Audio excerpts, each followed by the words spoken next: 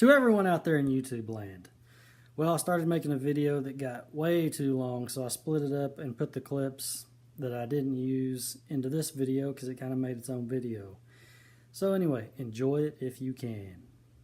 Now, some people say that the poles shift and the sun's tracking farther this way than it normally does or that way. In the 4 years that I've been doing it, everything has remained consistent in the heavens. I know 4 years ain't very long, but in the 4 years that I've been looking into it, everything's remained consistent. North's been in the same place. The sun rising and setting has gone to the same place consistently. So man can tamper with a lot of things, but the heavens is one I don't believe they can touch. In the book of Enoch, it says that the sun and the moon wouldn't show up when they're supposed to, or wouldn't keep their course like they were commanded.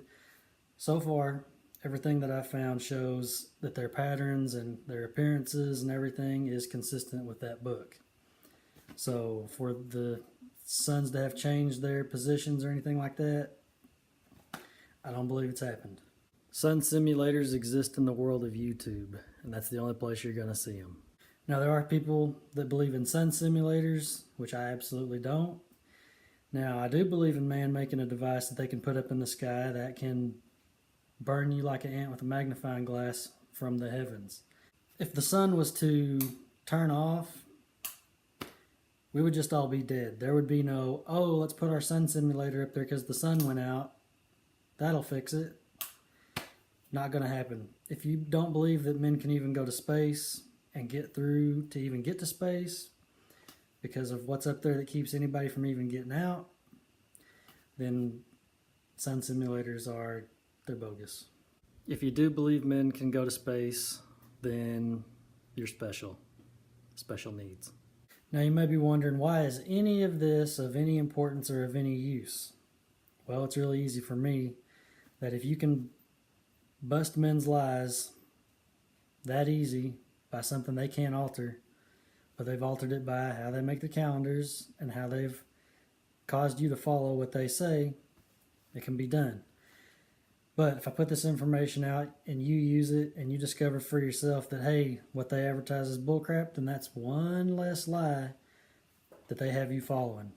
So then, what else have they lied about? For me, it's not about, well, I'm going to get on the accurate time so I can follow the laws of feasts and celebrations and stuff like that. Maybe that'll be important at a time, but right now, it's not. And, you know, if you're just following these feasts because it's a law, it's still a law. Get out of here. Just following laws is not righteousness with God. I know there's people who will say, but this is what he commanded to do and all this. There's a lot of things like that. The points being that they're written to you so that you can understand to be free from the law. So we'll see how that goes. As for me, I'm not trying to be righteous by following the law.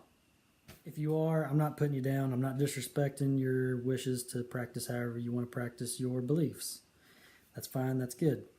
At least, if you have the calendar right, you're at least doing it on the right times.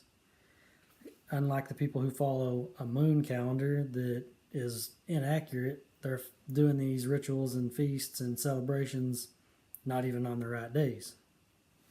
So you got that to look up to in a positive way. You got your times right. This will be offensive, but it's the truth. The Feast of Unleavened Bread's coming up really soon. You probably understand it to be around Easter or Easter itself. But this is a festival and a celebration of slavery. Even the bread speaks for itself, that it's unrisen bread.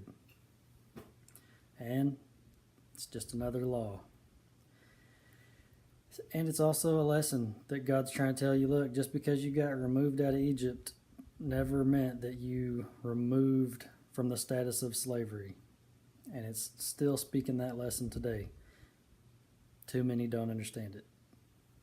Like I said, I'm not trying to put you down or disrespect, but there's no way where you can read any of this regardless of what your book is. There's no law that you can read that says if I do this and I follow it, that I'm righteous with God. Impossible.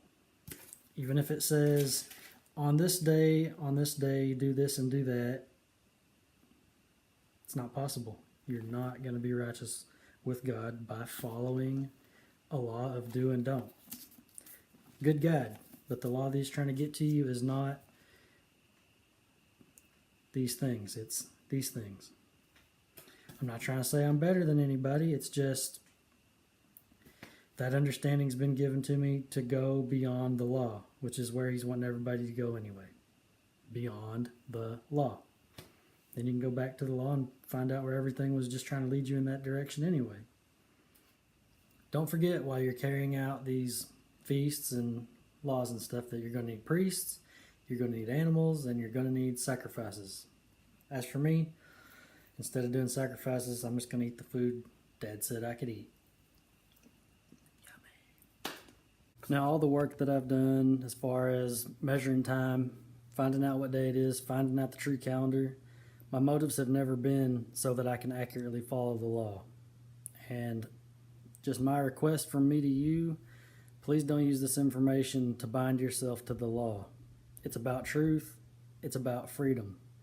It's about getting out from under lies that men have told you that have made you slaves, kept you slaves. It's about freedom.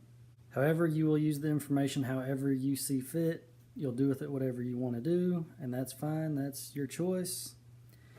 But you will do yourself a favor to not bind yourself deeper to any law. Well, that's all. I have said enough on time. Thanks for watching.